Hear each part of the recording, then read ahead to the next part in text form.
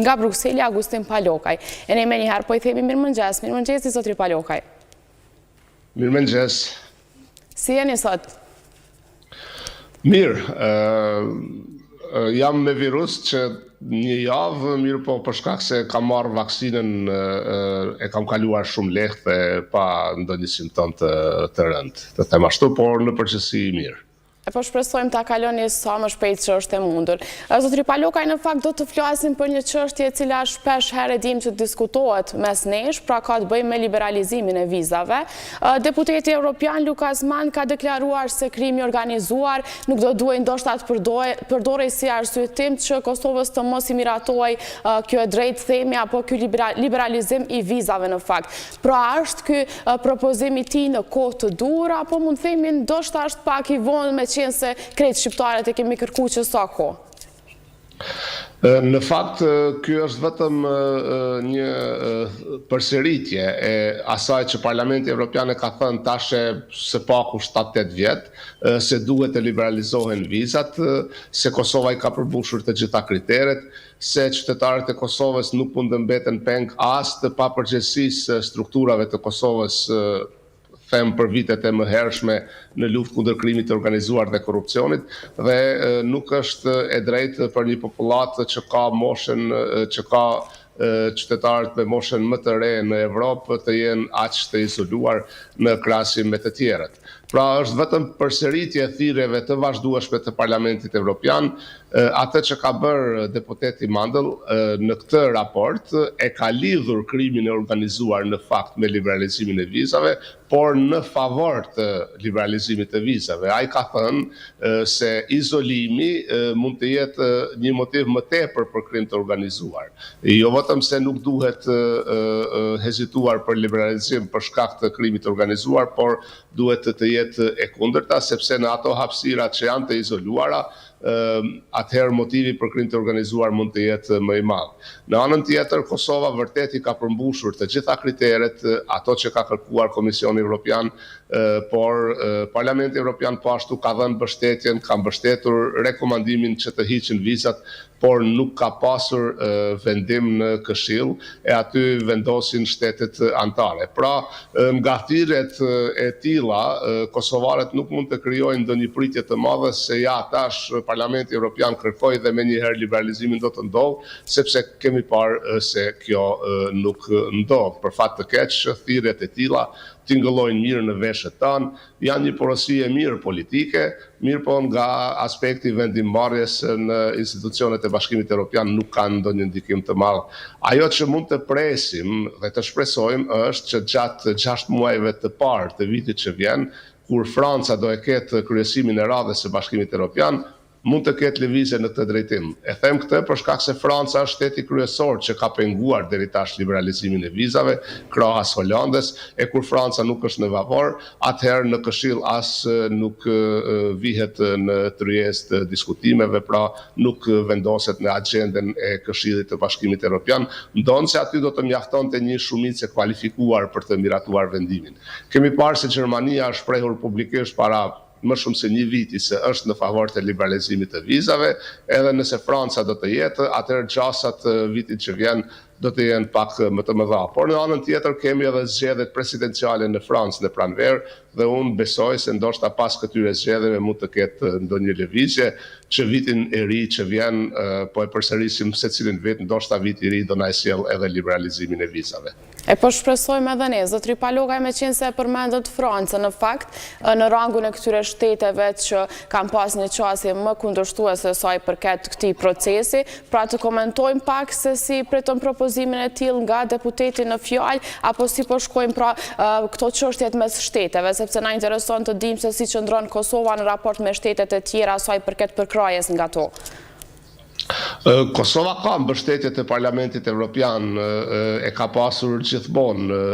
Madje edhe para se të shpallej pavarësia e Kosovës, Parlamenti Evropian kishte miratuar një rezolutë me të cilën bën ftesë që Kosova të jetë shtet I pavarur me një pavarësi të mbikëqyrur ndërkombëtarisht. Prej atëherë Parlamenti Evropian gjithmonë, secilin vit, në secilin raport, përsërit edhe kërkesën për 5 shtetet e Bashkimit Evropian që nuk e kanë njohur Kosovën që ta bëjnë një gjë të tillë. duhet ta kuptojmë se Parlamenti Evropian është një institucion ku vendimet merren me parimet e demokracisë. Parimi i demokracisë nuk është konsensusi, por është shumica. E shumica në Parlamentin Evropian gjithmonë ka ekzistuar në favor të Kosovës dhe vazhdon edhe të ekzistojë. Në anën tjetër, në Këshill, vendimet për të gjitha çështjet që kanë të bëjnë me politikën e jashtme dhe zgjerimin miratohen me konsensusin e të gjitha vendeve antare. Prandaj nëse ka qoftë edhe një vend antar që është kundër pavarësisë së Kosovës, atëherë BE-ja nuk mund ta njeh Kosovën si shtet dhe tash jemi në këtë situatë pasi që kemi 5 shtete që nuk e kanë njohur Kosovën. Por sa i përket liberalizimit të vizave, së paku deri tash kemi pasur mbështetjen edhe nga vendet që nuk e kanë njohur Kosovën, sepse disa prej tyre duan të dëshmojnë se fakti se nuk e kanë njohur Kosovën si shtet nuk do të thotë se kanë diçka kundër qytetarëve të Kosovës. Prandaj kemi mbështetje të shumicës së madhe të shteteve të Bashkimit Evropian, por ja deri tash ka pasur hezitim nga Franca, Holanda dhe disa shtete tjera, e ky hezitim mund të tejkalohet pak edhe me angazhim diplomatik të Kosovës, pak me vazhdim të proceseve të krimit organizuar dhe korrupsionit në nivel të lartë në Kosovë për të dëshmuar se ne kur na u është thënë se i kemi përmbushur të gjitha kriteret, nuk e kemi ndalur punën, e në anën tjetër duhet vërtet një vullnet i mirë edhe nga Franca, e cila ka paralajmëruar se gjatë kryesimit të saj do të ketë një kujdes të veçantë edhe për rajonin e Ballkanit Perëndimor. Pra këto janë ato raportet pak a shumë sot në Bashkimin Evropian sa i përket kësaj çështje, e cila për vite nuk ka lëvizur. Po, zotri Palokaj, do të ndalemi pak edhe tek dokumenti për shkak se deputeti Manzi një dokumenti ose raporti ka përcjell një propozim të tillë, të flasim pak se çka ka përmbajt për gjithë shikuesit që dëshirojnë të dinë në çfarë pikash është bazuar ky raport. Në fakt duhet ta kuptojmë se raporti ka qenë për bashkëpunim në rajon në luftë kundër krimit të organizuar dhe bashkëpunimin e rajonit me Bashkimin Evropian në luftë kundër krimit të organizuar. Nuk ka qenë raport për liberalizim vizash, sepse raporti për liberalizim vizash që moti ishte miratuar dhe qëndrimi zyrtar i Parlamentit Evropian nuk ndryshon me asnjë raport.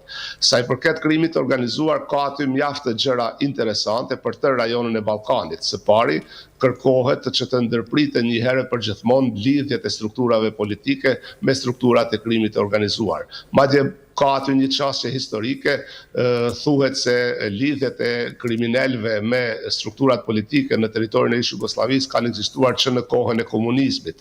Pra ka pasur vrasës të shërbimeve të zbulimit që kanë punuar për interesa të politikës dhe të shtetit. Madje bëhet thirrje që të hapen arkivat e UDB-s dhe shërbimeve tjera të ish-sistemit komunist për ato vende që duan të shikojnë ato arkiva në mënyrë që të zbulohen edhe krimet nga e kaluara. Dhe pra bëhet thirrje që të ketë bashkëpunim më të madh edhe në luftë kundër krimit të organizuar dhe korrupsionit, edhe në nivel rajonal edhe në nivel BE rajon. Pra në kuadër të kësaj atëherë është thënë se nëse Bashkimi Evropian dëshiron të jetë partner i mirë i vendeve të rajonit, duhet të jetë besnik, e besnikëria fitohet duke u përmbajtur premtimet. Në rastin e Shqipërisë dhe Maqedonisë së Veriut kërkohet që të nisin negociatat e antarësimit, ndërsa në rastin e Kosovës që pa vonesa të bëhet liberalizimi i vizave. Po, me qenë se pra liberalizimi i vizave është një kërkesë e kahmëtshme e Kosovës, të themi ashtu, sipas jush, apo shënon Kosova progres këto kohët e fundit, sepse gjithmonë shkojmë duke e përcjell gjendjen si po shkon? Kosova prej vitit 2018, kur është konstatuar nga Komisioni Evropian se i ka përmbushur të gjitha kushtet për liberalizim vizash, ka vazhduar të mbaj këtë situatë, pra të jetë në situatë ku ata që janë të detyruar të vlerësojnë, e ky është Komisioni Evropian, e japin dritën e gjelbërt dhe konfirmojnë edhe një herë se mbeten në qëndrimin e tyre se Kosova i ka përmbushur të gjitha kushtet. Por kemi pasur kohë pas kohe vërejtjen nga disa shtete anëtare të Bashkimit Evropian se nuk guxojnë të ndalemi, fakti se nuk po liberalizohen vizat, nuk do të thotë kursesi se prokuroria e Kosovës, gjykatat duhet të zhakisin apo të ndërprejnë hetimet për raste të krimit të organizuar në nivel të lartë. Pra, bile disa diplomat kanë thënë se ndoshta mënyra më e mirë për ta bindur Francën se Kosova po punon seriozisht edhe pasi e ka marrë këtë rekomandim, është që të ketë dënime të plot fuqishme të gjykatave të Kosovës për rastet e krimeve të organizuar dhe korrupsionit në nivel të lartë, përfshirë edhe konfiskim të pasurisë e cila është krijuar në mënyrë të paligjshme. Krahas kësaj, pra, duhet të vazhdojmë edhe angazhimin diplomatik të Kosovës përmes shteteve mike. Këtu ndoshta roli i Gjermanisë do të duhet të ishte pak më i madh, sepse nuk na mjafton një Gjermani e cila e mbështet liberalizimin e vizave për Kosovën, duhet një Gjermani e cila në strukturat e Bashkimit Evropian do të punojë për të bidur edhe vende tjera që janë hezituese. Në këtë mënyrë atëherë mund të rriten gjasat që vitin që vjen ndoshta vërtet edhe të ndodhë liberalizimi. Pra, cilat janë pritshmëritë e juaja, çka mendoni se do të ndodhë tash në vazhdim në 3 mujorin e parë, themi, apo në vazhdim të vitit që po na vjen? Unë nuk pres ndonjë lëvizje në 3 mujorin e parë, sepse do të jetë fillimi i vitit, krahas fillimit të presidencës franceze, do të merr hovë dhe fushata zgjedhore në Francë, në prill janë edhe zgjedhjet, varësisht se si do të jetë rezultati i zgjedhjeve, Macron për momentin është favorit për të fituar, mirë po nuk e ka të sigurt fitoren. Pas zgjedhjeve në Francë, ndoshta aty nga fundi i presidencës franceze, pra diku fundi muajit maj apo muajit qershor, mund të jenë një rast i mirë që ndoshta edhe të jetë në agjendë në Këshillin e Bashkimit Evropian dhe aty ndoshta edhe të miratohet vendimi. Para muajit maj apo qershor nuk pres ndonjë lëvizje konkrete në këtë drejtim.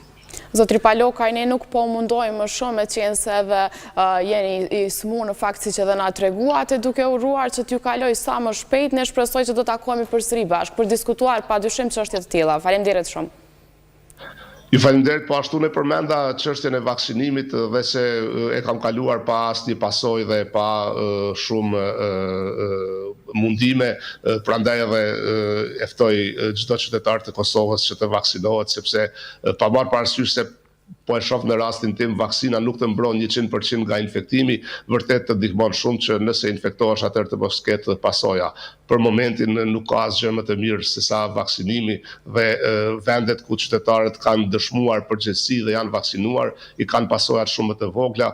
Kosova është një oazë ku në Evropë nuk ka raste të mëdha të infektimeve dhe shpresoj që të jetë në këtë mënyrë edhe në Kosovë. Padyshim që Këshillës suaj bashkohemi edhe ne gjithmonë, duke uruar që edhe gjithë shikuesit tanë të jenë vaksinuar që ta kalojmë së bashku këtë periudhë vështirë për gjithë ne. Faleminderit shumë e ju uroj një ditë të mbarë. Faleminderit po ashtu. E tash, po besoj që kjo ishte edhe një intervistë saj përket liberalizimit